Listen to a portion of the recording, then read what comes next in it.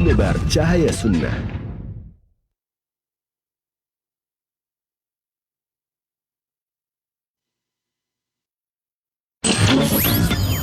Kajian Islam ilmiah di Roja TV dan Radio Roja. Energi vital tubuh itu berasal dari makanan dan minuman. Ini makanya Imam Ibnu Qayyim mengambil hikmah dari ayat-ayat Allah SWT tentang diperbolehkannya seseorang berbuka puasa dikala dia melakukan perjalanan ke safar. Saksikanlah kajian Islam ilmiah di Roja TV dan Radio Roja. Dapur Sehat Roja. Kesembuhan itu bismillah, atas izin Allah Subhanahu wa taala.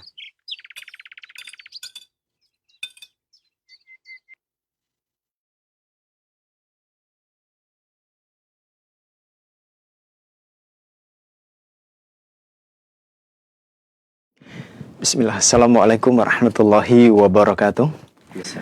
Alhamdulillahilladzi arsala rasulahu bil huda wa dinil haqq liyudhhirahu 'alad dini kullihi walau karihal musyrikun.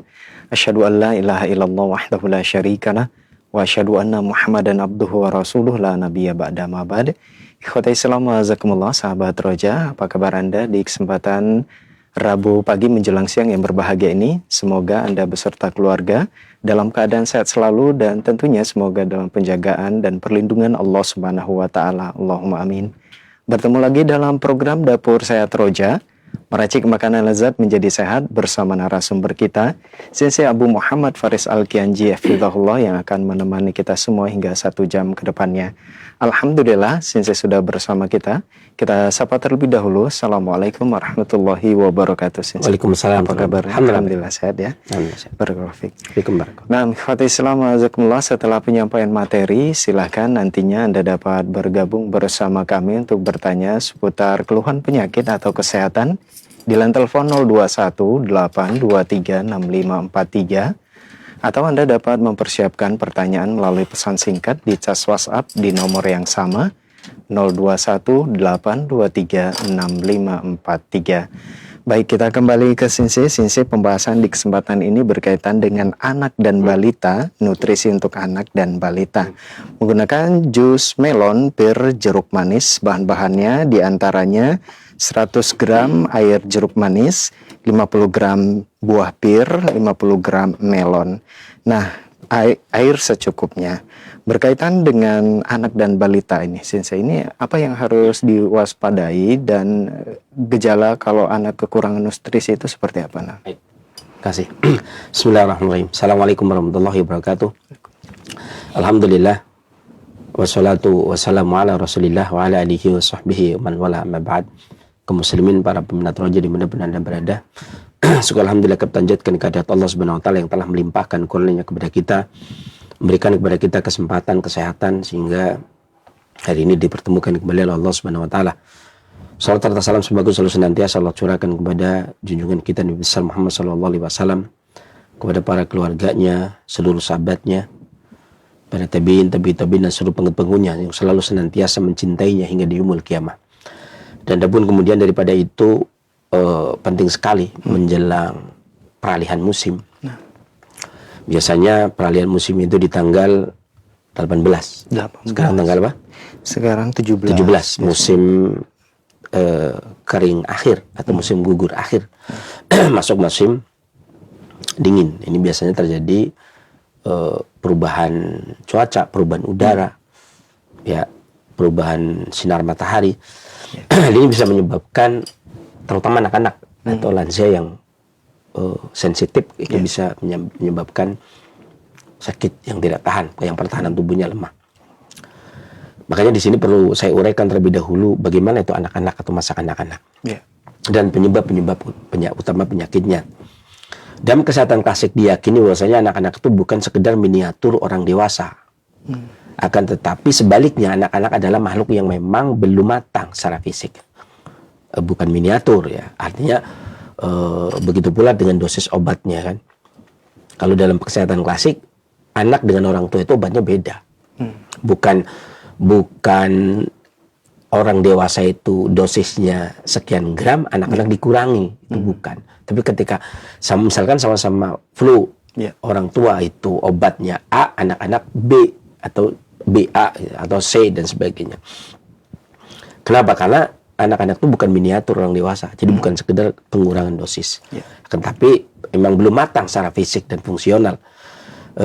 Hal ini juga bisa dilihat pada ketika anak kecil itu, kita lihat anak kecil laki dan perempuan, usia-usia 7 tahun, ketika nanti gede dewasa 18 tahun, ya yang lelaki dan yang perempuan itu pasti tumbuh kembangnya, perubahan fisiknya itu berbeda. Mana yang menonjol, mana yang tidak, itu berbeda dibanding dengan lelaki gitu kan.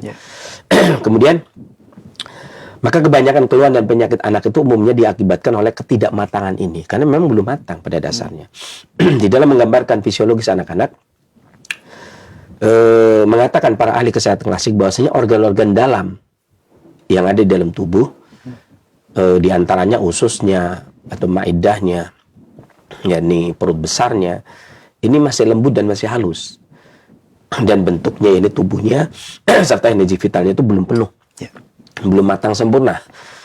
Kata-kata ini dilafalkan baik-baik oleh para ahli kesehatan klasik, terutama yang berprofesi untuk spesialis anak-anak. Ya, didukung oleh beberapa kutipan naskah-naskah kuno, naskah-naskah lama yang kemudian menyebutkan bahwasanya daging anak-anak itu masih rapuh, kemudian darah mereka masih kurang dan energi mereka masih lemah. Oleh sebab itu penanganan penyakitnya itu pun berbeda secara obatnya. Berbeda dengan orang dewasa yang ketika orang dewasa itu sakit, energi vitalnya sudah penuh. Orang dewasa sakit, darahnya sudah penuh. Ya, dagingnya juga sudah kuat gitu ya. Maka tentunya obatnya berbeda. Di dalam naskah lain, naskah-naskah literatur kesehatan klasik disebutkan energi dari organ dalam dan usus anak-anak itu masih lembut dan lemah. Kemudian para ahli lain yang mengatakan organ utamanya juga masih lemah, dan organ pembantunya, organ pembantu organ utama, organ-organ perutnya itu juga masih lemah, di mana organ seperti jantung, hati, paru, limpa, kemudian ginjal itu belum sempurna sekali, belum kuat energi vitalnya. Begitu pula dengan usus besar, usus kecilnya, kantong empedunya, kantong kemihnya, itu belum sempurna semuanya. Cara kerjanya itu belum sempurna. Makanya anak-anak kecil yang ngompol lah sebagainya kan belum sempurna tadi. Lengkap. Sempurnanya itu sempurna itu kalimat yang dimaksud itu, kalau sempurna yang dimaksud dengan lengkap ya sempurna berarti secara kelengkapan. Tetapi secara kekuatan itu belum. Yang dimaksud belum sempurna di sini adalah kekuatannya, energi vitalnya belum. Ya. Kemudian kulitnya, rambutnya, ototnya, dagingnya, uratnya, tulangnya, otaknya, sumsumnya, ya maka organ-organ ini masih lemah, masih butuh pembangunan, masih dibangun. Energi vitalnya, darahnya pada anak itu seluruhnya tidak kuat, artinya tidak aman. Oleh karena ketidakmantapan dan ketidakmantapan dan kelemahan yang melekat dalam tubuh dan fungsi organ anak-anak, itu juga dinyatakan anak-anak mudah terkena penyakit yang ditularkan dan berubah dengan cepat. Jadi bergantinya musim, angin, cuaca itu gampang anak-anak itu sakit. Maka secara khusus ahli kesehatan klasik itu berpedoman bahwa anak-anak itu sangat mudah terkena penyakit yang diasosiasikan dengan 3 organ biasanya. Ya, ini organ paru, organ limpa, organ hati. Kan ini yang terakhir biasanya sempurnanya. Makanya ketika anak itu baru lahir, yang diusahakan untuk energi vital itu naik, itu 3 organ ini dulu. Biasanya kan di tahnik gitu kan. Di mana tahnik itu korma itu memiliki rasa yang manis, sifat yang hangat. Di mana manis dan hangat itu sesuai dengan sifatnya darah. Dan itu dibutuhkan oleh hati. Manis dan hangat itu tonik energi vital, itu dibutuhkan oleh paru-paru. Kemudian rasa manis itu sendiri, manis lembab itu sendiri dibutuhkan oleh limpa. Maka 3 organ ini butuh itu. Makanya makanan yang pertama kali dimasukkan pun yang berkaitan dengan itu. Termasuk setelah itu ASI kan. Dan fungsi pertahanan luar anak itu tidak aman. Artinya pertahanan tubuh bagian luar tidak aman. Kejahatan dari luar, istilah orang-orang dulu mengatakan, artinya angin dari luar buat anak-anak itu masih jahat. Iya. Makanya kadang-kadang bapaknya tidak pakai jaket, anaknya pakai jaket gitu kan. Maka angin dari luar, sesuatu yang dari luar akan mudah masuk ke bagian luar dan menyerang paru-paru. Ini menjelaskan mengapa anak-anak begitu sering mengalami gangguan saluran pernapasan bagian atas. Pilek paru lah, flu, batuk, pilek. Maka ada istilah bapil itu untuk anak-anak kan. Nggak ada orang, suaminya saya bapil. Nggak ada deh ya. Anak, keluar apa anaknya, kenapa anaknya? Bapil. Itu manis kan ya. Itu engkong saya bapil. Kayaknya enggak. Makanya biasanya buat anak-anak seperti itu. Seperti batuk, pilek, alergi, sesak napas, asma. Ya. Di buku yang sama mengatakan fungsi transportasi dan transformasi anak-anak yaitu pencernaan atau apa yang disebut sebagai limpa yang menyerap mentransmisi saripati makanan belum kuat dan belum lengkap secara energi vitalnya karena mereka dengan mudah dirusak oleh makanan.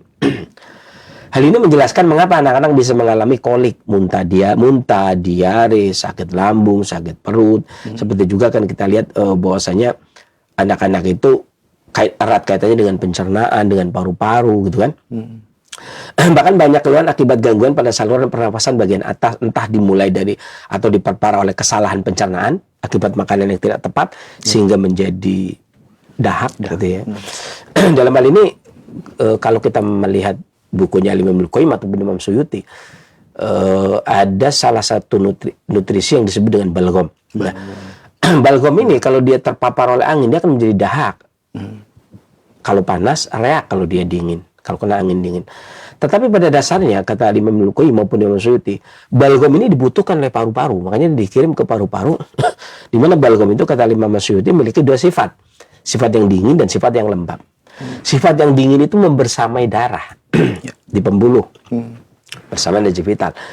Balgom yang lembab itu berada di luar pembuluh darah, artinya itu dibutuhkan. Tetapi manakala terjadi permasalahan, kena angin dan lain sebagainya, maka menjadi dahak. Karena anak-anak, terutama pada anak-anak karena belum sempurnanya. Hal ini menjelaskan mengapa anak-anak mengalami gangguan pernapasan itu lebih sering, termasuk gangguan pencernaan. Bahkan banyak keluhan akibat gangguan pencernaan maupun pernapasan pada anak-anak. Ya. Kemudian itulah sebabnya anak-anak itu pada sisi lain dia nggak suka obat yang pahit. Betul. Ya. Sukanya manis-manis. Sukanya manis. Makanya sirup itu para dokter pun mengganti dengan sirup. Walaupun ada pahitnya tetap ada manisnya.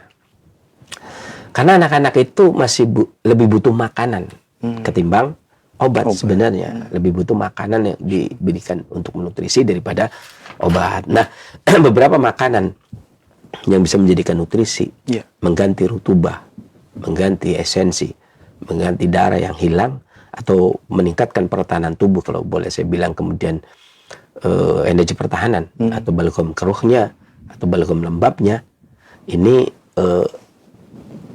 tema yang lagi kita bahas ini. Ya, ini memanfaatkan makanan untuk mengatasi gangguan atau menutup kekurangan dan kelemahan yang belum sempurna pada energi vital anak-anak. Kita racik dulu. Baik. Kita masukkan ini. Silahkan. Melon dulu ya. Insyaallah. Ini juga buah-buahnya juga mudah didapat ya. Cukup melonnya? Cukup ya. Oke.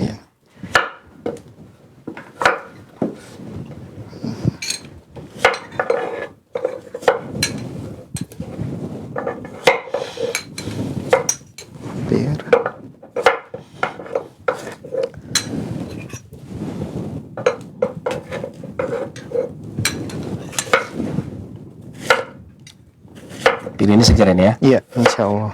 Gampang didapat lah ya. Dan ini sepertinya bisa semua ya? hari ya didapat nih. Maksudnya nggak musiman. Murah lagi ya? Ini bagus buat anak-anak. Terjangkau lah. Walaupun ada juga cara yang berikutnya, pir direbus juga boleh. Pirnya direbus. Itu juga boleh. Sama ini kulit-kulitnya juga. Ya. Oke. Ya. buat air jeruk. Oke. Kalau nanti pemirsa bikin itu sesuai ini ya, sesuai resep yang ada. Sudah disebutkan Iya, tadi ya. kalau di sini Oke. sesuai peserta. Jadi kalau ini dua sama bisa 2 kali lipat, bisa 1,5 kali lipat. Dan insya Allah juga anak-anak dengan Ini jeruknya enak, Iya. bagus nih. Jeruk Medan lagi bagus semua ini. kombinasi buah-buahan ini juga ini ya kerasa manis gitu Dulu ya. jeruk Medan bau obat, sekarang bagus semua ini. Insya Allah. Sekarang udah enak ya jeruk Medan. Oh, Wan.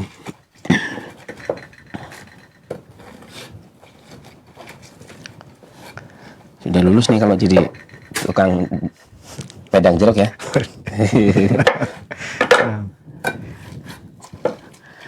Biasaan aja. Oke. Di sini berbanyak karena ini memang ada banyak.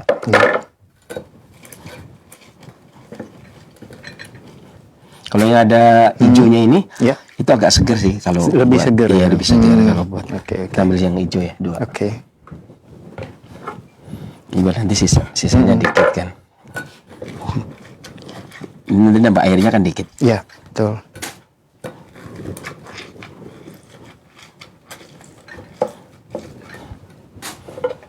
Ini satu-satunya cara kayak gini yang live itu di TV nasional maupun non nasional. Makanya kalau ada kesalahan ya malah. Alhamdulillah lancar terus. Alhamdulillah. Alhamdulillah. Ya, Jadi silakan. ini kita tuang semua ya. Ya. Oke, kita tambah Tambah air air sedikit. sedikit ya. Karena buahnya banyak kita. Cukup. Lagi sedikit lagi. Sedikit lagi. Biar terendam lagi sedikit lagi.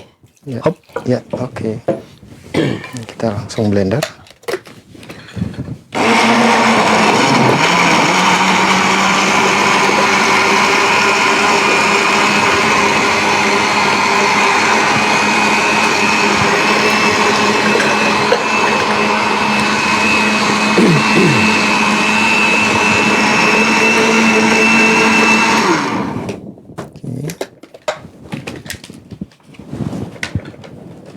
Lebih dominan kuning ya. Ya.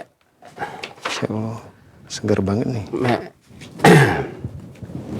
Ya ya. Air jeruknya kuning soalnya ya. Kita lanjut sini sih. Jeruk dulu ya. Ya, jeruk. Oke. Manfaat jeruk. Jeruk ini jenisnya banyak sekali. Ada jeruk nipis, ada jeruk Medan, ada jeruk Pontianak, ada jeruk Bali. Ya. Ya kan? Dan jeruk Medan yang kita pakai ini ada yang bilang jeruk Medan, ada yang bilang jeruk keprok, Jeruk keprok, gitu ya.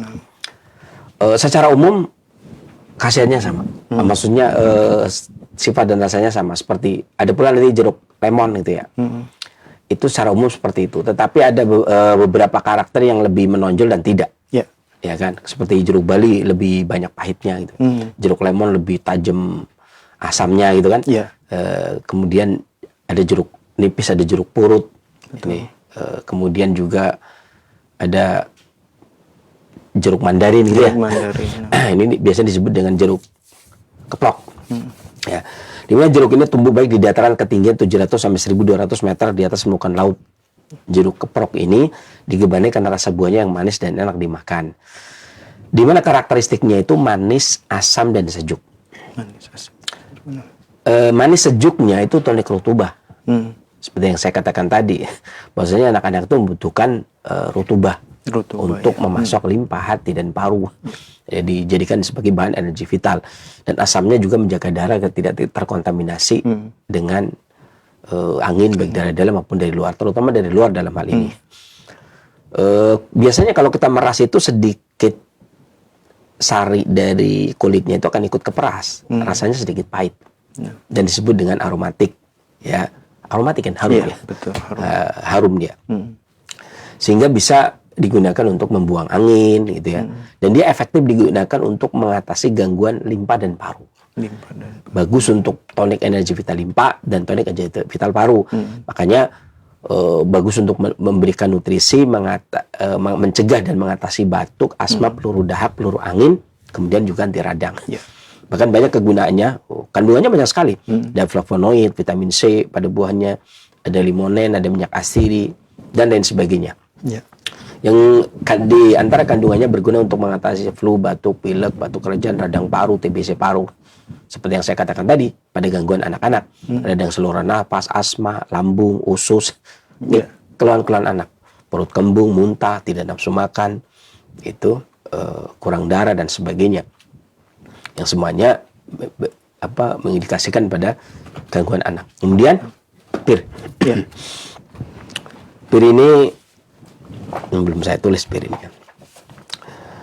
Pir ini sifatnya dingin dan rasanya manis. Dan dia tonik rutubah. Digunakan untuk menghasilkan cairan tubuh ketika kekurangan, mengatasi dehidrasi, mengusir haus, menenangkan jantung, melumasi paru, terutama pada anak-anak, meredakan perasaan gelisah, melancarkan buang air kecil, menurunkan panas pada saat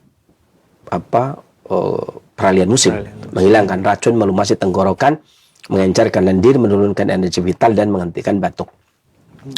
Kemudian juga digunakan untuk mengatasi batuk karena panas yang ada di dalam paru, kelebihan lendir, kehausan, tenggorokan kering, flu, batuk, pilek, sesak nafas, dan efektif digunakan untuk menguatkan energi vital limpa dan paru pada anak-anak. Pir Asia. Kemudian selanjutnya melon. Melon ini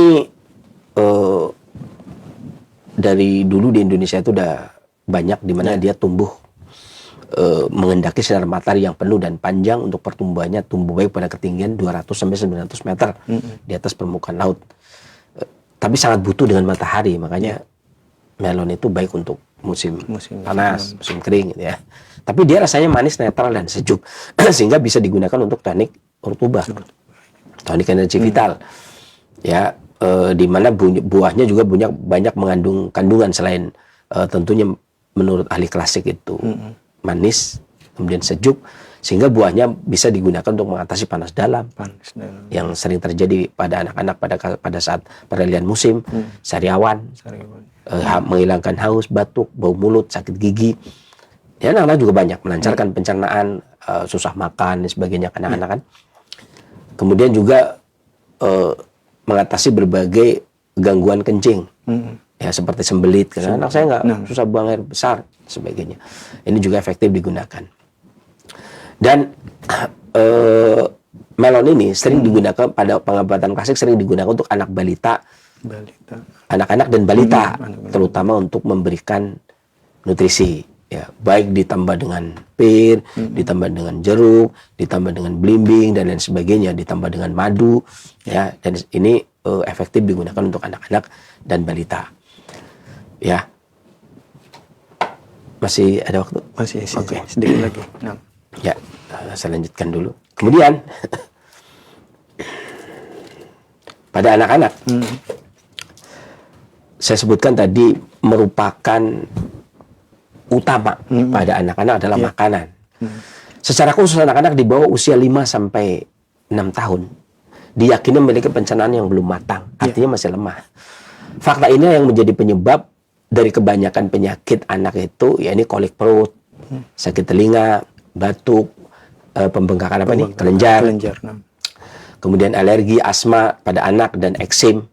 Sehingga dalam kesehatan klasik pencernaan ini disebut sebagai limpa atau perut kecil. Dan ini adalah pernyataan tentang fakta bahwasanya pada anak-anak limpanya itu belum berfungsi secara sempurna. Artinya energi vitalnya belum penuh.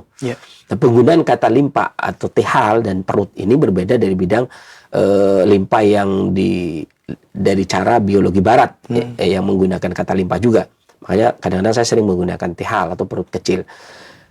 Dan saya memperingatkan bahwasanya di sini para peminat roja semuanya bahwasanya kalimat limpa, kalau saya mengatakan kalimat limpa itu yang saya maksud adalah perut kecil, berbeda dengan limpa yang dimaksud kedokteran barat. Begitu pula terkadang saya bilang, kalau saya bilang tihal terjemahannya adalah perut kecil. Nah, ini yang masih lemah seringnya pada anak-anak. Dan menurut kesehatan klasik, proses pencernaan itu mirip dengan proses penyulingan. Jadi makanan itu haroro kolbu masuk, kemudian dicerna, kemudian diabsorpsi, ya, setelah dicerna, kemudian ditransmisi menjadi saripati, kemudian saripati makanannya itu oleh tihal itu kemudian didistribusikan ke seluruh. Jadi penyulingan itu kan ini yang makanan banyak itu kemudian disuling yang inti atau saripatinya yang kemudian digunakan gitu ya. Nah, ini seperti itu pula. Akan tetapi terkadang kan di bawah tadi, makanya kan udah masuk ke dalam perut tadi, ke dalam maidah perut. Nanti akan diolah lagi dan seterusnya. Makanya terkadang ada yang bisa menjadi dahak ataupun menjadi lembab, ya. Di mana ampas ini menumpuk di dalam perut. Kalau tadi sarinya itu diambil oleh tihal, makanya ada ampasnya. Ampasnya itu ada di dalam perut besar atau lambung atau usus. Sehingga kalau dia menumpuk, nggak dibuang, akan terjadi penghambatan aliran energi vital dalam perut maupun usus, sehingga menekan fungsinya. Pada gilirannya hal ini akan menyebabkan perutnya bengkak, gitu ya. Akan mengakibatkan sakit perut pada anak-anak, sembelit pada anak-anak, diare pada anak-anak, muntah pada anak-anak. Dan bahan ampas ini juga bisa meluap keluar ya dari maidah, bisa sampai ke limpa, bisa sampai ke yang lainnya. Ya, dan biasanya sisa ampas ini pada dasarnya dianggap lembab. Sifatnya dianggap lembab. Makanya pada sisi lain kadang dia dianggap sebagai balgam juga. Kalau orang balgam kan cairan lembab yang kemudian dikirim ke paru-paru dalam penjelasan dari Imam Al-Qayyim maupun Imam Suyuti. Iya, sisa ampas makanan pun dianggap sebagai balgam atau ampas lembab juga, sifatnya rutubah juga. Karena dia masih mengandung cairan.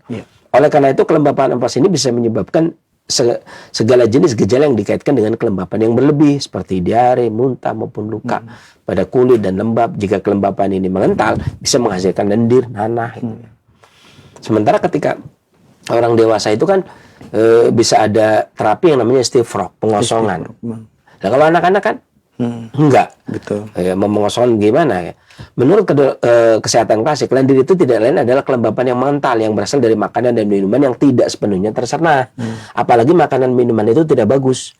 Yang memang saya tidak perlu menyebutkan ya. Anak kecil itu sama orang tuanya udah biasa dicekokin, biasa dikasih makan makanan yang nantinya menjadi dahak. Nantinya menjadi lendir. Ya. Dulu kalau orang-orang kami mengistilahkan itu makanan hoya istilahnya. Jadi kami tidak mau menyebut spesifik tertentu. Itu biasanya kalau di antara kami itu menyebutkan makanan yang kalau dimakan menjadi ludah. Kalau bapak saya mengatakan makanan yang kalau dimakan menjadi ludah. Itu namanya hoya. Saya nggak tahu kenapa disebut hoya itu. Padahal nggak seru dia kan hoya itu. Tapi disebut itu cuma makanan hoya, maksudnya itu dia akan ketika dimakan nggak jadi nutrisi, hanya jadi dahak, hanya jadi lendir, hanya jadi ludah. Tahu sendirilah, ya nggak usah disebutkan kan, karena banyak juga merek-merek terkenal kan. Maka hal ini kesehatan klasik menyebutkan banyak lendir dan lembab yang berasal dari makanan ini yang nggak mungkin tercerna, karena limpa ini atau perut kecil menjadi kekuatan pendorong bagi pemisah antara yang jernih dan ampasnya, yaitu pencerna yang mengabsorpsi itu tadi atau mentransmisi makanan dan minuman. Maka ada yang mengatakan limpa adalah sumber produksi dahak akhirnya. Akhirnya dahak itu bisa juga berasal dari limpa. Kenapa? Ya karena tadi makanan ketika ini makanannya cuma makanan dahak, ya yang diserap ya jadinya dahak-dahak juga. Namun setelah diproduksi lendir itu cenderung menumpuk di paru karena dia akan dikirim ke paru-paru balgam itu. Hal ini didukung oleh pernyataan bahwasanya paru adalah tempat di mana dahak disimpan. Ini sebagian penjelasan Imam Al-Qayyim maupun Imam Suyuti bahwasanya dari tihal balgam ini disimpan di dalam riah. Ya, di riah atau paru ini tempat menyimpan balgam. Jadi tihal itu produsennya, riah itu penampungnya. Makanya kalau sakit ya dua, flu, batuk, pilek, sesak nafas dan sebagainya, dua organ ini. Seringnya demikian. Dan puluhan tahun selama ini saya menghadapi anak-anak, seringnya permasalahannya dua organ ini. Jika lendir berkumpul atau dahak di paru, hal ini akan menghambat dan menghalangi energi vital paru, sehingga menghasilkan hidung tersumbat, hidung meler, bersin, flu, batuk, pilek, bahkan susah napas, kadang napasnya berbunyi, sesak napas dan sebagainya. Dan beberapa penyakit anak yang paling lazim dijumpai, lazim bahasa Indonesia bukan lazim bahasa Arab ya. Kadang ada orang bilang, lazim itu wajib. Enggak, ini lazim bahasa Indonesia. Kan lazim sudah jadi bahasa Indonesia. Beberapa penyakit yang lazim itu maksudnya sering dijumpai ya, bukan wajib dijumpai. Sering dijumpai adalah gangguan saluran pernapasan bagian atas. Seperti batuk, flu, asma, alergi atau keluhan-keluhan saluran pencernaan di perut seperti kolik, diare, sakit perut, muntah. Dan kelompok penyakit yang pertama, lendir di paru ini lebih sering, sedangkan kelompok yang kedua berkaitan dengan pencernaan yang buruk. Yang pertama berkaitan dengan paru, yang kedua berkaitan dengan pencernaan. Bagaimanapun juga, karena menurut teori medis klasik atau kesehatan klasik, lendir adalah produksi sampingan dari pencernaan yang buruk. Dan orang bisa berkata bahwasanya akar dari semua gangguan ini, khususnya pada anak-anak, adalah pencernaan mereka yang belum matang dan karenanya mudah terganggu. Inilah sebabnya para guru-guru, para ahli kesehatan klasik, ya, banyak guru-guru saya juga menyebutkan, ya, senang mereka guru-guru saya juga lebih senang berkata bahwasanya semua penyakit anak berkaitan dengan salah pencernaan, ya. Lebih sering begitu. Banyak guru-guru saya juga menyatakan kalau anak-anak itu masalahnya di pencernaan, ya, entah itu peradangan, entah itu lain sebagainya. Masih ada waktu? Cukup ya. Demikian, karena pembahasan anak itu punya panjang ceritanya dan punya kedudukan tersendiri dalam ilmu kesehatan klasik. Satu buku tersendiri pembahasannya. Betul. Walaupun dibahas juga nggak selesai, dan ada beberapa tema, beberapa penyakitnya, organnya dan sebagainya, dari proses pertama kali dibentuknya, ya, karena proses anak-anak dibentuknya juga nanti ada pengaruhnya. Bagaimana kalau pengaruh terhadap pengaruh orang tua, pengaruh bapak, pengaruh ibu. Lah kita tidak lagi membahas yang itu, tapi kita lagi membahas anak itu sendiri, bukan tidak membahas pengaruh dari orang tua, bapak maupun ibu. Demikian yang saya sampaikan, mudah-mudahan bermanfaat. Sesi tanya jawab saya akan berantem. Silakan. Jazakallah khairan Sensei atas penjelasan materi yang sangat bermanfaat di kesempatan ini berkaitan dengan anak dan balita, nutrisi buat anak. Nah, ikhwatai Islam wajazakumullah, silakan bagi Anda yang ingin berkonsultasi secara langsung seputar keluhan penyakit atau kesehatan di line telepon 0218236543, atau Anda dapat mempersiapkan pertanyaan, mengirimkan pertanyaan melalui pesan singkat di cas WhatsApp di nomor yang sama 0218236543. Baik, untuk pertanyaan pertama kita coba angkat di line telepon 0218236543. Silakan. Assalamualaikum. Waalaikumsalam warahmatullahi wabarakatuh. Dengan Ibu siapa, di mana? Dengan Ibu Ningsi di Lubuk Linggau. Ibu Ningsi di Lubuk Linggau. Ya, silakan Iya. Ibu. Ini mau tanya. Ini mau tanya. Jantung saya itu kok amandel itu apa ya sebabnya tuh ya, obatnya? Keluhannya apa saja Ibu? Sering batuk tuh nggak ada jedahnya itu. Batuk setiap hari, tidak ada jedahnya seperti itu? Iya. Baik. Ada lagi keluhannya? Batuk setiap hari tidak ada jedahnya itu. Kalau diobati baru sembuh gitu. Maksudnya diobati dengan apa ini Ibu? Ya. Maksudnya diobati dengan apa? Dengan obat kimiaan, antibiotik sama baik. ayahnya tuh dikasih itu. Baik. Itu terus satu lagi, Pak. Mohon maaf Ibu, satu saja untuk memberikan kesempatan sama yang lain. Iya. Baik, terima kasih ya Ibu. Ya, Assalamualaikum. Waalaikumsalam warahmatullahi wabarakatuh. Silakan Sensei. Ya, sebenarnya tema yang kita bahas juga selain untuk untuk nutrisi anak, kemudian juga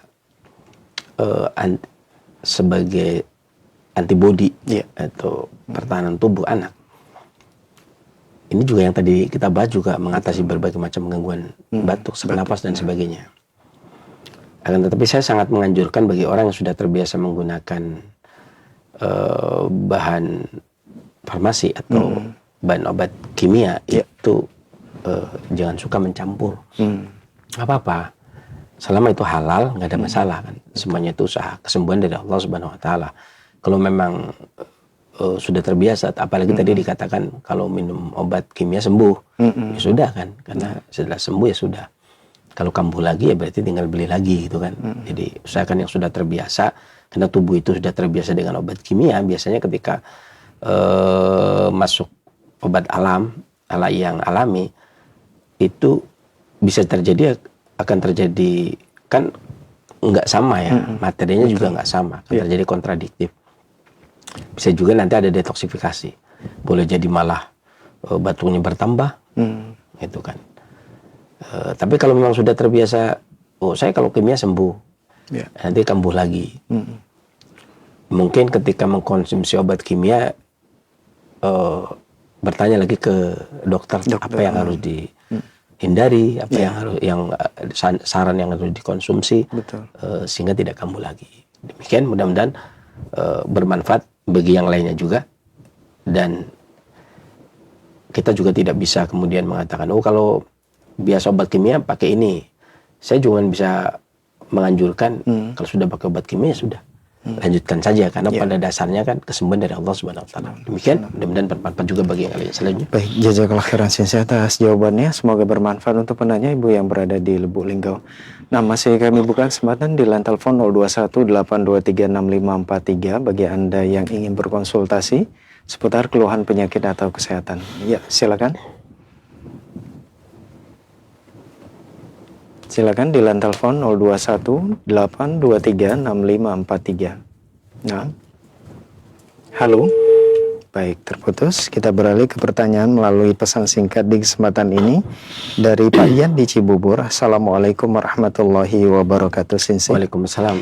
Sensei, anak saya laki-laki usia SMP tapi belum balik. Apakah ini pertanda kekurangan nutrisi? Karena teman-temannya sudah banyak yang balik. Dan bagaimana caranya mengatasi BAB anak tersebut yang sering bau menyengat banget, apalagi selesai BAB tetap tercium bau yang tidak sedap. Ini pertanda apa juga, Sensei? Mohon solusinya, terima kasih. Bau yang menyengat itu indikasinya adalah panas lembab. Nah, yang kita bahas itu yang dingin. Ya kan? Berarti buah, sayur itu sangat efektif dikonsumsi pada orang-orang yang BAB-nya itu bau maupun baunya itu lekat, tidak, walaupun sudah disiram itu masih terbau karena dia indikasi panas.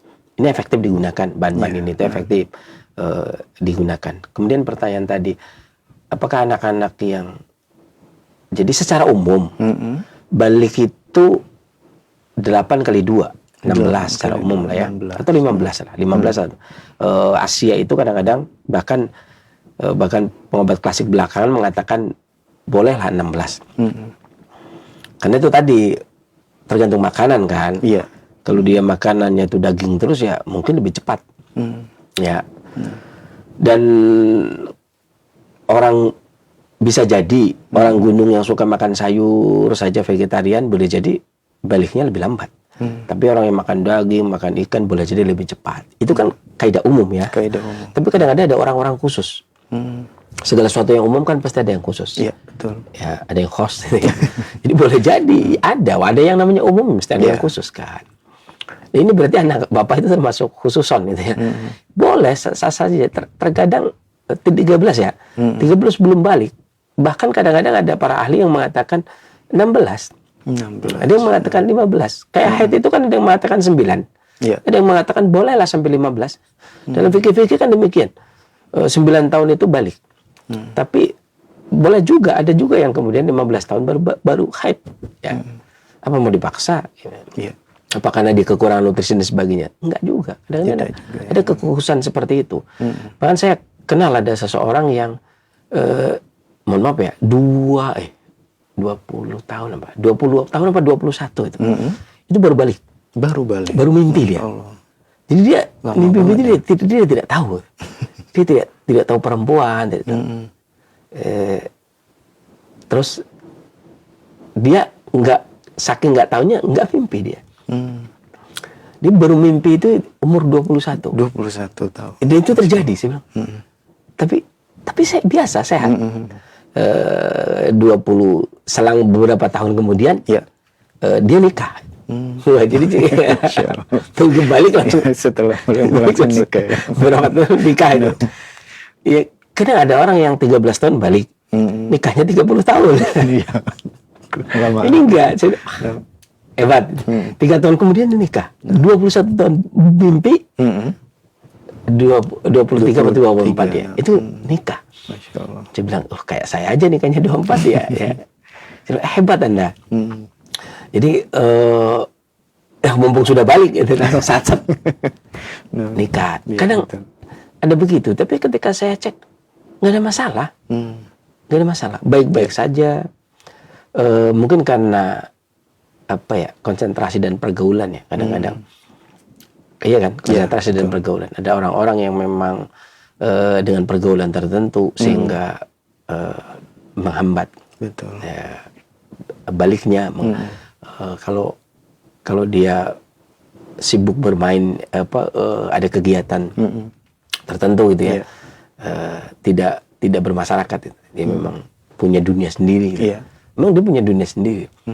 Tidak komunikasi dengan masyarakat. Mungkin karena nggak pede atau mungkin karena memang dia nggak asik di luar itu. Dia asiknya dengan apa yang ada, kreativitasnya dia yang ada di dalam.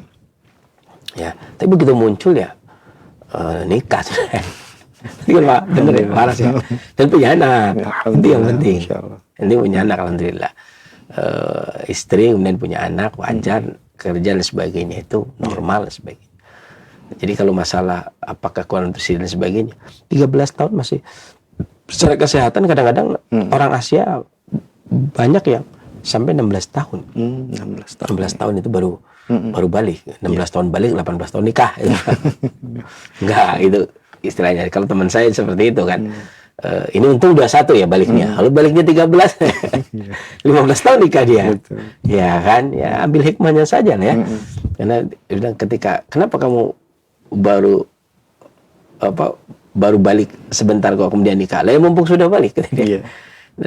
Saya pikir ini kalau baliknya 13, jangan-jangan 15 tahun, 16 tahun nikah, ya syukurlah di baliknya 21 tahun, jadi udah mapan ya. Nah, begitu Pak, nggak ada yang perlu dikhawatir untuk orang Asia. Ya. Dan yang baliknya itu lebih cepat juga ada. Di daerah saya dulu, zaman saya masih kecil, orang kelas 3 SD juga udah haid. Kelas 3 SD. Kelas 3 SD juga sudah haid. Dulu nih ya, jangan disamakan dengan sekarang. Betul. Dulu kelas 3 SD itu saya punya teman sekolah kelas 3 SD. Iya. Itu dia keluar sekolah, putus sekolah, gara-gara mau nikah. Gitu. Sih ya, ada. Ayo nikah. Dan sekarang baik-baik saja, punya anaknya. Nggak mengajari gitu ya. Ada yang seperti itu. Ada yang kelas 6 baru haid, ada yang SMP baru haid. Begitu pula yang apalagi yang lelakinya ya. Kalau zaman dulu seperti itu. Tapi artinya ada juga yang cepat ya, kayak ibu saya kelas 3 SD nikah tapi nggak keluar. Begitu caranya baru keluar dia karena dicengin sama teman-temannya. Ya. Udah janda gitu. Kelas 4 SD janda. Akhirnya dia keluar. Jadi tapi belum kumpul. Kalau istilah orang kampung itu gantung kawin. Ya, jadi ibu saya itu kelas 4 SD janda. Keren kan? Kalau kata saya itu, ibu saya itu paling keren. Kelas 4 SD bisa janda dan dapatnya bujang lagi kan. 4 SD masa dapatnya udah nggak, dapatnya bujang. Bapak saya itu suami kedua. Dan bapak saya itu masih bujang, nikah dengan ibu saya yang masih gadis. Janda tapi gadis. Karena belum tidur bareng. Ketika nikah itu belum tidur bareng. Ada begitu. Sah ada, tapi ada juga yang itu tadi, yang 21. Ya biasa-biasa saja Pak. Memang seperti itu orang Asia. Ada yang lebih cepat, kelas 3 SD haid, ada yang kelas 5, ada yang kelas 6, ada yang ke SMP. Begitu pula dengan yang lelaki. Demikian, mudah-mudahan bermanfaat bagi yang lelaki. Nah, jazakallah khairan atas jawabannya. Semoga bermanfaat untuk penanya. Nah, masih kami buka kesempatan di line telepon 0218236543 bagi Anda yang ingin berkonsultasi. Silakan. Assalamualaikum warahmatullahi wabarakatuh. Waalaikumsalam warahmatullahi wabarakatuh. Dengan Bapak siapa di mana? Dengan Bapak Rizal di Sumatera Utara. Pak Rizal di Sumatera Utara, Medan ya. Iya Pak. Silakan Pak Rizal. Mau ini Pak Ustadz. Cara kalau kita udah suka merokok gitu kan, cara mengatasinya herbal itu ada nggak Ustadz itu?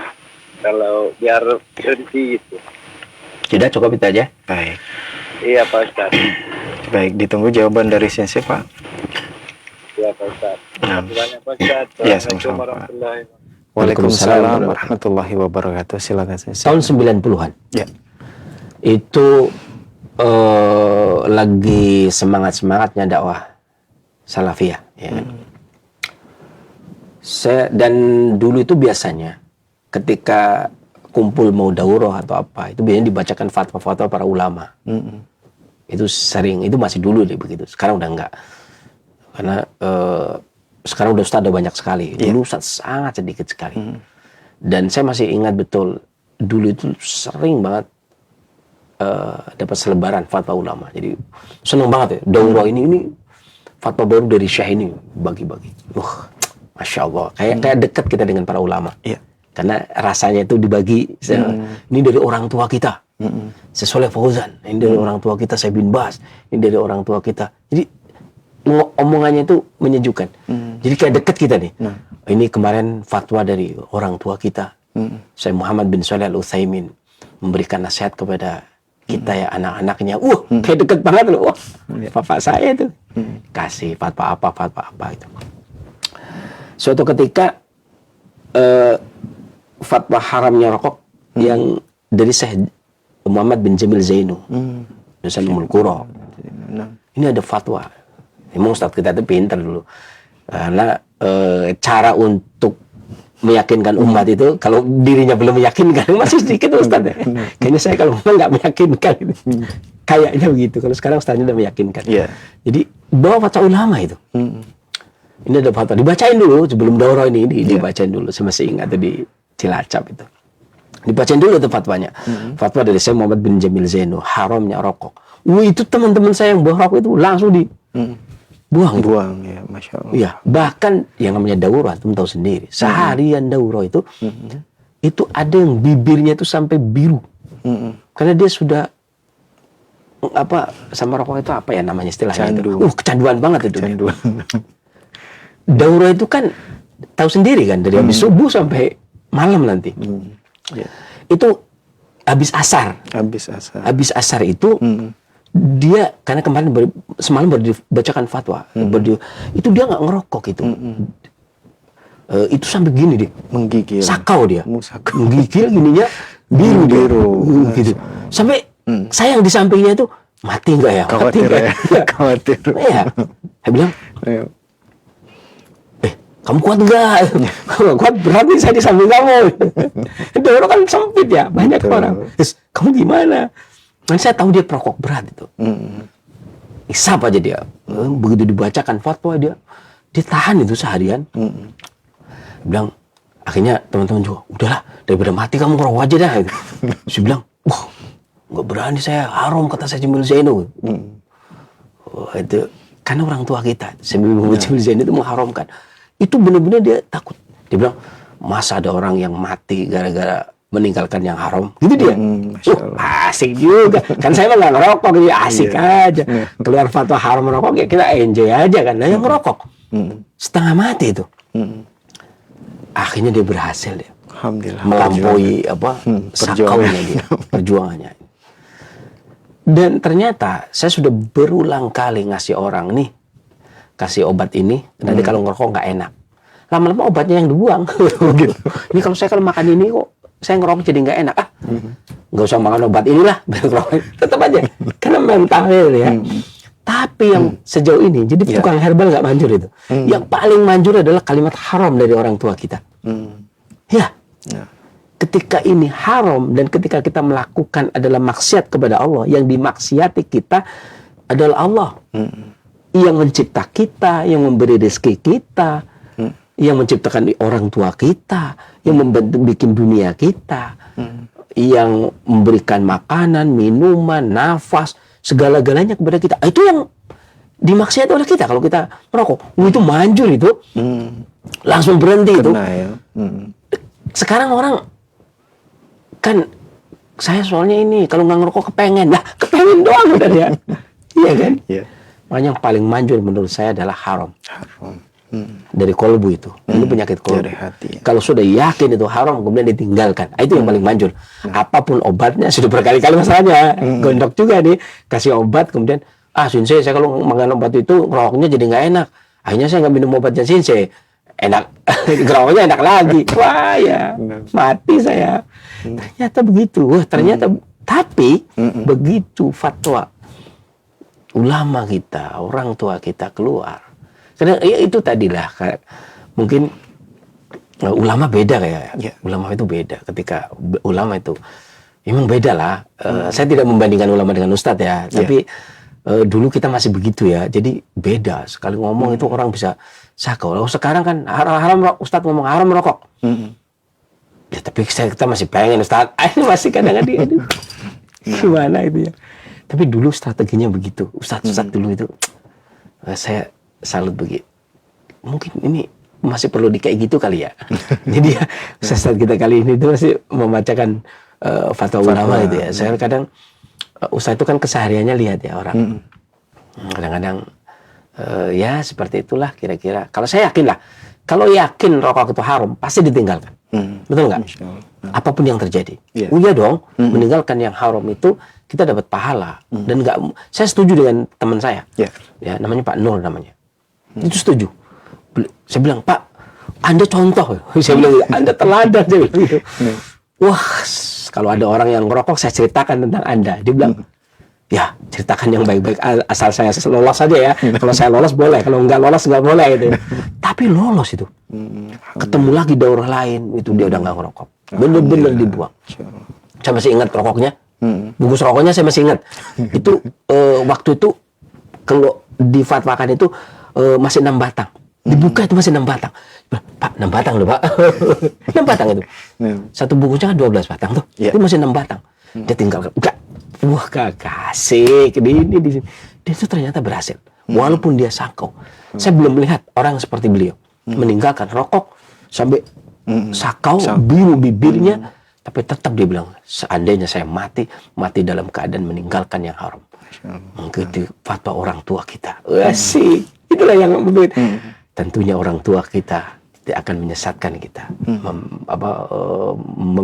memberi jalan kepada kita untuk kebaikan, mendekat kepada Allah Subhanahu Wa Taala. Kalaupun saya mati dalam keadaan meninggalkan maksiat, wah senang banget saya, alhamdulillah, semangat Pak.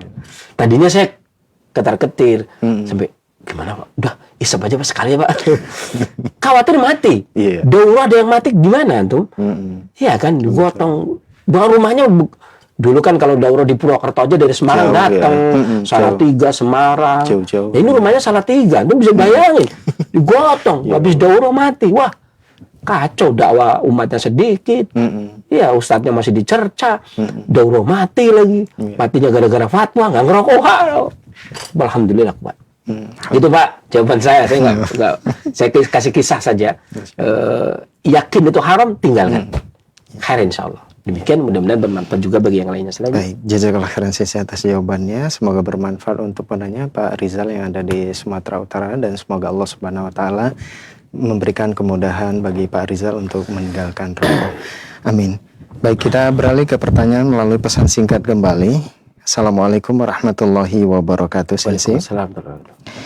Sensei, saya dari Tangerang Selatan, akhwat 43 tahun. Keluhan saya mudah lelah, terutama ketika waktu duha atau siang dengan kegiatan harian sebagai IRT, ibu rumah tangga.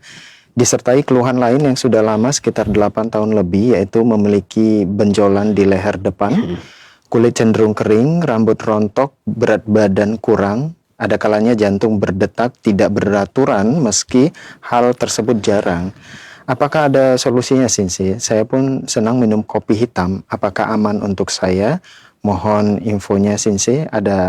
Apabila ada pantangan yang diperlukan untuk kondisi saya. Syukron. Tadi yang kita bahas itu sama saja, karena yang kita bahas ini bagus buat jantung, buat paru, bagus buat limpa, bagus buat lambung. Ini sesuai dengan apa yang ibu, dan dia juga melembabkan. Saya ceritakan tadi bahwasanya ini sifatnya lembab. Dia juga melembabkan. Ibu juga kering ya. Dia juga melembabkan, menguatkan limpa. Benjolan yang ada itu karena kelemahan limpa yang tidak bisa mendistribusikan cairan yang menjadi balgam, kemudian stuck di sana, dan ini menguatkan limpa dengan harapan bisa menurunkan. Kalau mau mengganti buah melon atau pirnya, salah satu di antara melon atau pirnya dengan buah mengkudu, itu juga bagus. Mengkudu ya. Karena benjolan lehernya saya ingin mengganti buah melon dengan mengkudu, atau saya ingin mengganti pir dengan mengkudu, itu juga bagus. Ya, masih jusnya, cuman salah satu diganti, bukan jeruknya ya, pir atau mengkudunya, pir atau melonnya. Ya, walaupun saya lebih condong kalau mau diganti melonnya. Ya, pirnya tetap. Jadi pir, mengkudu, jeruk. Tapi kalau enggak lebih banyak melon, lebih susah pir, maka bolehlah yang diganti adalah pirnya, diganti dengan buah mengkudu satu. Lebih murah lagi ya. Yang matang ya? Iya, yang matang, yang lembut itu. Yang aromanya sudah keluar enak, harum. Nggak kalah dengan melon aromanya. Nah, menggantikan melon udah layak, aromanya juga nggak kalah. Dan itu segar sekali aroma mengkudu itu. Di blender bersama dengan mengkudu, kemudian diminum. Ya, selamat menikmati. Mudah-mudahan Allah angkat penyakitnya dan bermanfaat bagi para pendengar dan diri saya yang lainnya. Amin. Jazakallah khairan Sensei atas jawabannya. Semoga bermanfaat untuk penanya. Ikhwati Islam wajazakumullah, masih kami buka kesempatan bagi Anda yang ingin bertanya secara langsung di line telepon 0218236543. Ya, silakan. Silakan. Baik, terputus kembali. Kita bacakan pertanyaan melalui pesan singkat dari Pak Raffi. Assalamualaikum warahmatullahi wabarakatuh, Sensei. Waalaikumsalam. Sensei, bagaimana mengatasi dahak pekat yang menyumbat di dada yang menyebabkan makan tidak bisa banyak dan menjadi kurus? Terima kasih, Sensei. Jadi tema ini dibahas begitu ya, meluruhkan dahak. Kalaupun tidak dibikin jus kemudian direbus, maka pir potong-potong kecil-kecil kemudian direbus, kemudian minum airnya, makan pirnya, itu juga meluruhkan dahak yang ada di paru-paru. Kalau lebih milih mana? Lebih praktis mana? Oh enggak, saya mau seperti ini saja, melon, kemudian pir, kemudian jeruk di blender jadi satu, kemudian diminum. Fadhal, silakan. Itu juga bagus. Tapi kalau misalnya saya ingin memilih salah satu di antaranya, maka pilih pir. Dipotong-potong, kemudian direbus, minum airnya, kemudian makan buah pirnya. Mudah-mudahan Allah angkat penyakitnya dan bermanfaat bagi para pendengar dan saya yang lainnya. Selanjutnya. Baik, syukuran Sensei atas jawabannya. Semoga bermanfaat untuk penanya. Pertanyaan berikutnya dari Ibu Rina di Jonggol. Assalamualaikum warahmatullahi wabarakatuh, Sensei. Waalaikumsalam. Anak saya suka mimisan dan terkadang BAB-nya suka keluar darah segar kalau pas kondisinya kurang sehat seperti batuk pilek. Sebaiknya apa yang harus dikonsumsi, Sensei? Panas dalam bisa mengakibatkan darah menjadi panas. Atau darah, atau damul hajjah, darah. Makanya Al-Imam Nuqayyim mengatakan adam idha hajjah, keluarkan darah manakala dia hajjah bergejolak. Itu namanya darah gejolak. Ambil kangkung satu ikat, besar ikatannya, pertemuan antara ibu jari dengan jari telunjuk. Satu ikatnya ya. Kemudian direbus dengan 2 gelas air sampai mendidih, kecilkan apinya. Biarkan sekitar 10 menit. Kemudian disaring bagi 3, minum pagi, siang, dan sore. Demikian, mudah-mudahan Allah angkat penyakitnya dan bermanfaat bagi para pendengar dan pemirsa yang lainnya. Baik, jazakallah khairan Sensei atas jawabannya. Semoga bermanfaat untuk penanya. Pertanyaan berikutnya dari hamba Allah di Tanjung Pinang, Kepulauan Riau. Assalamualaikum warahmatullahi wabarakatuh, Sensei. Waalaikumsalam.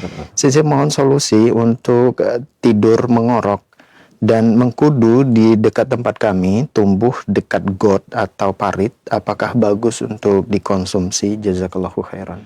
Ya nggak apa-apa. Karena mau kudu yang begitu. Tumbuhnya begitu liar, dia tumbuhan liar. Ada yang dekat sungai, ada yang dekat parit, ada yang dekat got. Gitu. Dan mengkudu juga obat dahak. Kalau bapak nggak tega, kayaknya saya nggak tega. Ya ambil dipindah nanam di samping rumah gitu Betul, ya. betul. Sementara Bibitnya. belum berbuah pohon mengkudunya, Iya. bapak ambil di situ. Emang begitu di daerah saya juga begitu. Emang sukanya begitu dia suka Tumbuh liar. tumbuh liar dia. Emang obatnya untuk dahak reak juga mengkudu yang matang, yang lembek itu, peras ambil airnya kemudian diminum. Ya. Ya, demikian mudah-mudahan bermanfaat juga bagi yang lainnya. Selanjutnya. Baik, jazakallah khairan sisi atas jawabannya. Semoga bermanfaat untuk penanya. Pertanyaan berikutnya, ya, dari Ibu Iva. Assalamualaikum warahmatullahi wabarakatuh. Sinsi. Waalaikumsalam warahmatullahi wabarakatuh. Afan Sinsi, saya menderita diabetes yang sering buang air kecil, dan apakah kayu manis juga garam atau soda dapat mengobati rabun mata, dan apa manfaat dari kayu manis Sinsi? Gimana? Saya? Ya, Sinsi, apa obat untuk penderita diabetes yang sering buang air kecil Sinsi? Gitu ya? Mungkin satu saja ya pertanyaannya. Ada dua. Dia tadi agak melebar dia. Makanya saya agak memang kadang-kadang begitu. Diabetes itu imbasnya kadang ke mata menjadi buram. Ke bawah gangguan buang air kecil. Pada pria gangguan ereksi. Biasanya memang seperti itu. Artinya sepaket sebenarnya. Cuman cara bertanyanya. Jadi itu sebenarnya sepaket. Memang gula, kencing manis, seringnya naik ke mata berakibat buram. Turun ke bawah, gangguan buang air kecil, ataupun gangguan vitalitas pada pria. Gitu. Beberapa resep klasik yang sering digunakan diantaranya adalah biji lamtoro. Biji lamtoro. Sekalian untuk kencingnya. Biji lamtoro. Lamtoro itu apa sih bahasa ininya? Pete Jawa. Cina. Pete Cina. Ya, kalau nggak ada kemelindingan itu pete Jawa. Pete Jawa. Selong ya. Itu bijinya kan kecil-kecil tuh. Kalau pete kan gede-gede ya. Kalau dia kan kecil-kecil. Itu kalau sudah kering, kalau sudah tua kemudian dikeringkan kan warnanya coklat ya. Itu dikeringkan kemudian disangrai. Persis seperti bikin kopi, disangrai kayak kopi. Tumbuk jadi bubuk kayak bubuk kopi, kemudian diseduh dibuat minum. Sekali minum 1 sendok teh. Sebagai pengganti kopi. Jadi kopinya biji lamtoro. Terus gimana baunya? Ya harum baunya. Baunya juga pete, ya enggak? Disangrai, bisa diminum pagi dan sore. Sebenarnya kalau sering kencing itu salah satu khasiat madu adalah higroskopis, menyerap air, mempertahankan agar tidak cepat keluar. Gitu ya. Makanya biasanya orang-orang juga kalau yang beser meminum madu saat mau tidur. Kalaupun enggak, maka biji pete juga bisa digunakan untuk menurunkan gula darahnya, plus untuk gangguan mata buram sama gangguan kencingnya.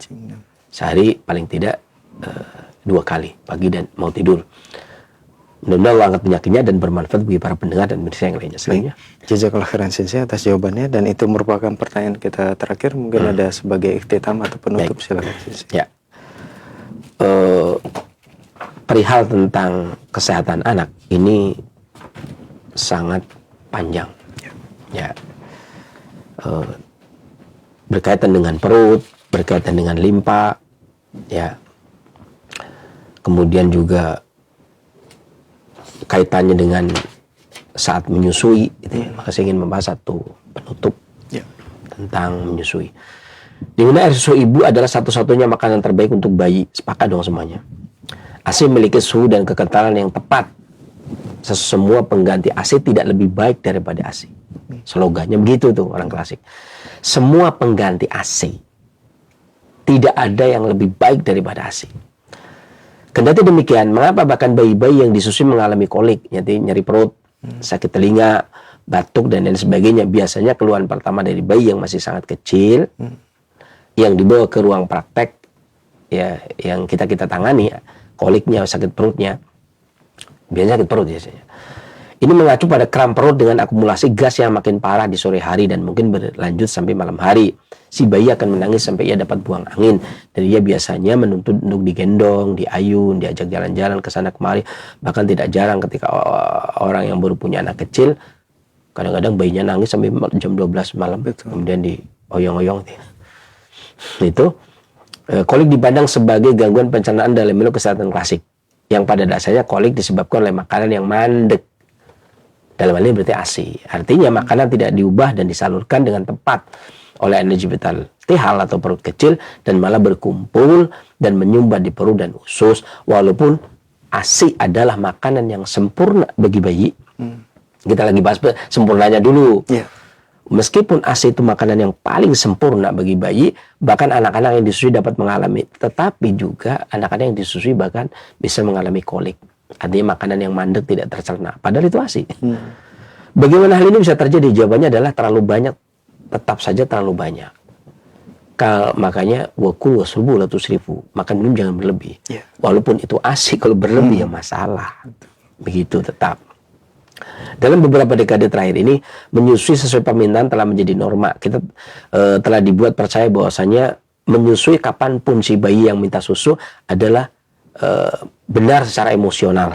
Bagaimana juga ketika orang tua, ibu itu menyusui bayi sesuai permintaan anaknya, biasanya seorang anak itu ketika menyusui itu berlebihan, sampai gumoh istilahnya, sampai keluar lagi.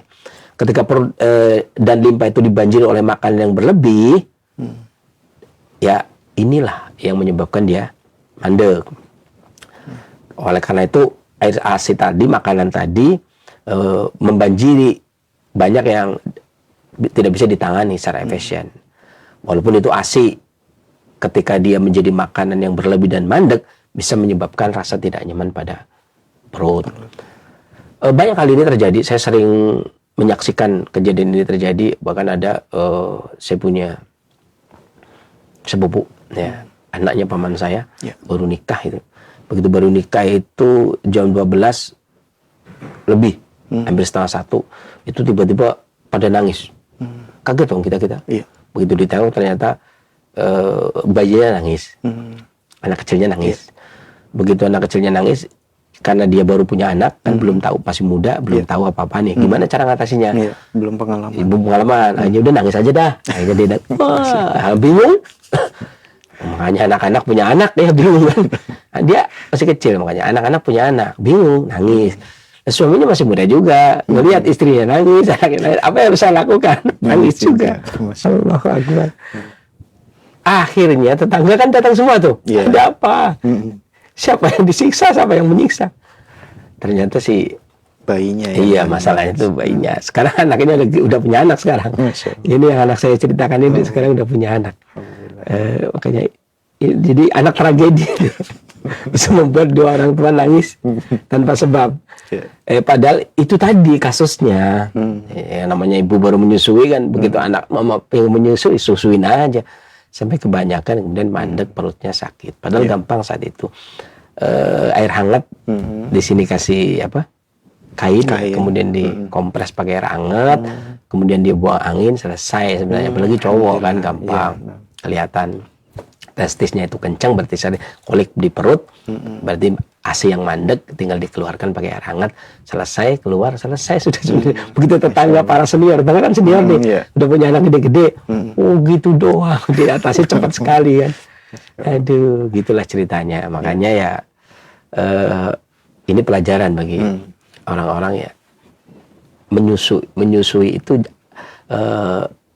harusnya si ibu itu harus tahu. Karena kalau kelebihan, bahkan Al-Imam Ibnu Qayyim sering menyebutkan demikian, makanan yang dikonsumsi berlebih kemudian muntah itu membuat sel-sel kita itu menua secara dini. Berarti bayi kalau disusui sampai muntah, gumoh itu cepet tua. Kasihan. Makanya sepakat semua itu, mau Ibnu Qayyim, mau Suyuti, mau para ahli penjelasan kasih yang lainnya. Meskipun itu ASI, makanya tadi mukadimahnya kan ASI bagus banget. Betul. Tapi kalau dia kelebihan, tetap dalilnya wakulu wasrubu wala tusrifu. Mudah-mudahan apa yang saya sampaikan bermanfaat.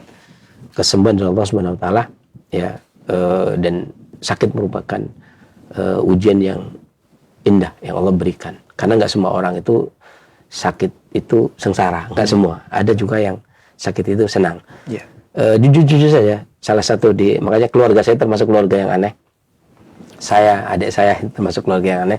Jadi ketika sakit itu bangga dan senang sekali. Dari kecil saya begitu. Jadi, Bu, kamu nggak sekolah, Haris? Sakit dong. Jawabnya ada dong. Iya kan sakit. Jadi nggak sekolah. Kayaknya senang banget. Ini memang sakit itu. Kalau nggak, itu jangan ditiru. Sekarang sakit keluarga, karena keluarga pengobat kadang-kadang ya aneh. Tapi mbak saya dulu bilang, kamu sampai kapanpun nggak boleh jadi pengobat. Jangan jadi, mbak saya pengobat, mbak saya itu. Tapi dia melarang cucunya jadi pengobat. Makanya saya pikir, ini kan tetangga bilang kamu harusnya meneruskan. Ini saya benar-benar mengikuti saran mbak saya. Saya tidak jadi pengobat di kampung, ya kan? Iya, tapi saya disuruh bapak saya untuk tetap melanjutkan jadi pengobat. Saya jadi pengobat di tempat lain, jadi nggak menyelisih. Pokoknya kamu nggak boleh jadi pengobat di sini. Ya, mbak saya itu kan nggak boleh saya ngobati di kampung, kan? Jadi pengobat. Nah, saya nggak jadi pengobat di kampung, berarti kan saya tetap mengikuti perintah mbak saya. Makanya saya pindah. Keluarga aneh, emang. Kata orang memang kami itu keluarga aneh. Mbak saya meninggal, bapak saya. Orang-orang yang menangis dilemparin pakai, itu kan rumah mbak saya itu Pak ada tanaman labu putih itu ya panjang di samping di rumah-rumah gini. Itu kan pada bergelantungan karena buahnya banyak. Orang yang nangis dipotek dilemparin sama dia. Bubar, nggak boleh nangis. Keluarga aneh kata.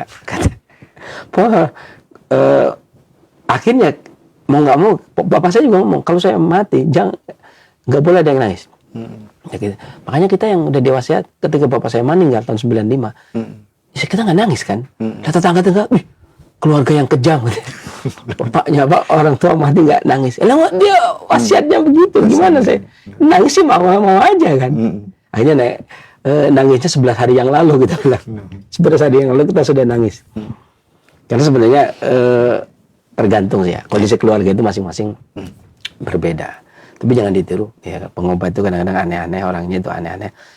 Ya jangan ditiru. Ya kadang-kadang orang juga, ya nggak mau niru. Saya kan tahu obatnya, jadi nggak sakit ya asik-asik saja. Ya apapun itu alasannya, karena kebiasaan keluarga masing-masing keluarga itu berbeda. Tapi sakit itu ya nikmatin saja. Atau itu pemberian dari Allah Subhanahu Wa Taala. Kalau kita tidak pernah diuji kan, kayaknya sekolah nggak pernah ada ujian kan, gimana gitu ya? Hidup diuji sama Allah Subhanahu Wa Taala kan. Suatu hal yang luar biasa.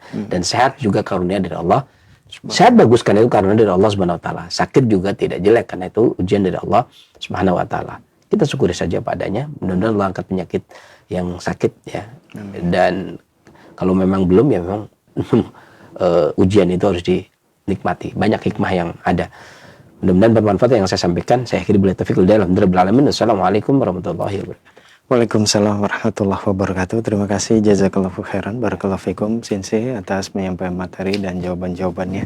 Demikian ikhwati Islam wajazakumullah, program Dapur Sehat Roja meracik makanan lezat menjadi sehat bersama narasumber kita Sensei Abu Muhammad Faris Al-Kianji hafizahullah.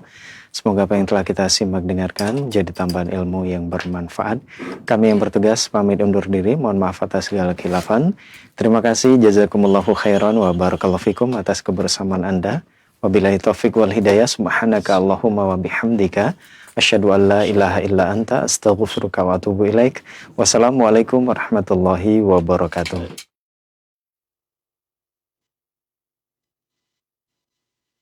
Simak Radio Roja Bogor 100.1 FM, Radio Roja Majalengka 93.1 FM, Radio Roja Palu 101,8